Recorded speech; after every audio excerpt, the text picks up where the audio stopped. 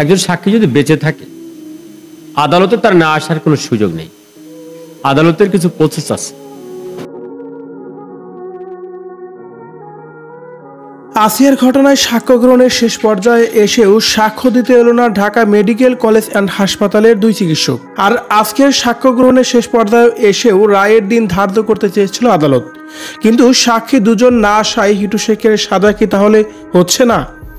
কোন দিকে যাচ্ছে তাহলে আসিয়ার ঘটনার মামলার বিচার কার্য? আর এটা নিয়ে বেড়েছে আসিয়ার মায়ের অনেক বেশি হতাশা। সাক্ষী দুজন না আসায় হিটু শেখের কি সাজা হবে তাহলে? এ বিষয়ে জানতে সম্পূর্ণ ভিডিওটি দেখে সঙ্গে থাকুন। বেশ কয়েকদিন ধরেই আদালত চত্বরে যেন চিৎকার চেঁচামেচি করে হামিদাকে দোষারোপ করে সবসময় কথা বলে আসছে হিটু শেখের পুরো পরিবার। তারা সবসময়ই বলে আসছে যে এই ঘটনার সাথে একমাত্র হামিদা এবং কি তার প্রেমিক জড়িত। আমরা এই ঘটনার কিছুই জানি না। হিটু ও তার পুরো পরিবারের ভাষ্য হচ্ছে হামিদা ফাঁকা বাড়িতে থাকায় তার পরকীয়া প্রেমিককে নিয়ে আসে। এরপর এক পর্যায়ে এসে তাদের অন্তরঙ্গ মুহূর্তে তার বোন আসিয়া দেখে ফেলায় এমন ঘটনায় ঘটিয়েছে তারা। আর এই ঘটনাকে ধামাচাপা দেওয়ার জন্যই আমাদের উপর এভাবেই মিথ্যা অভিযোগ দেওয়া হচ্ছে।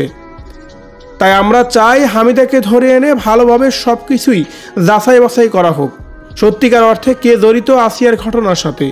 এভাবে যেন একের পর এক অভিযোগ তুলে হামিদাকে নিয়ে সব সময় কথা বলে আসছে হিটু শেখ ও তার পুরো পরিবার।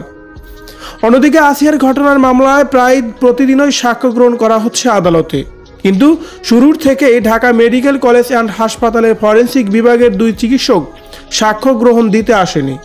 একবার সমন জারি এবং কি আরেকবার গ্রেপ্তার পরোয়ানা জারি তাদের বিরুদ্ধে করা হলেও তারা আজ মঙ্গলবারও চূড়ান্ত পর্যায়ে এসেও আদালতের সাক্ষ্য গ্রহণ দিতে আসেনি।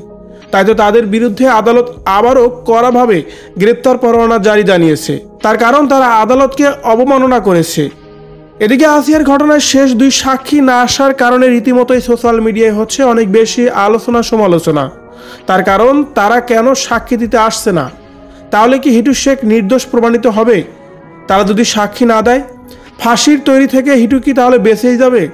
বিভিন্ন ধরনের কথাই হচ্ছে এখন। সেই সাথে হতাশায় ভুগছে আসিয়ার পরিবার। তার কারণ ডাবেকের 2 চিকিৎসক সাক্ষ্য গ্রহণ শেষ হলেই হিটু শেখের রায়ের চূড়ান্ত পর্যায়ে চলে যাবে আদালত।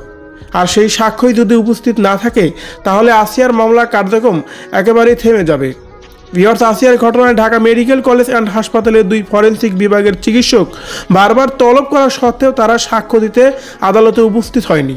এই বিষয়টাকে আপনি কিভাবে দেখছেন? কমেন্ট করে জানিয়ে দিবেন কমেন্ট বক্সে।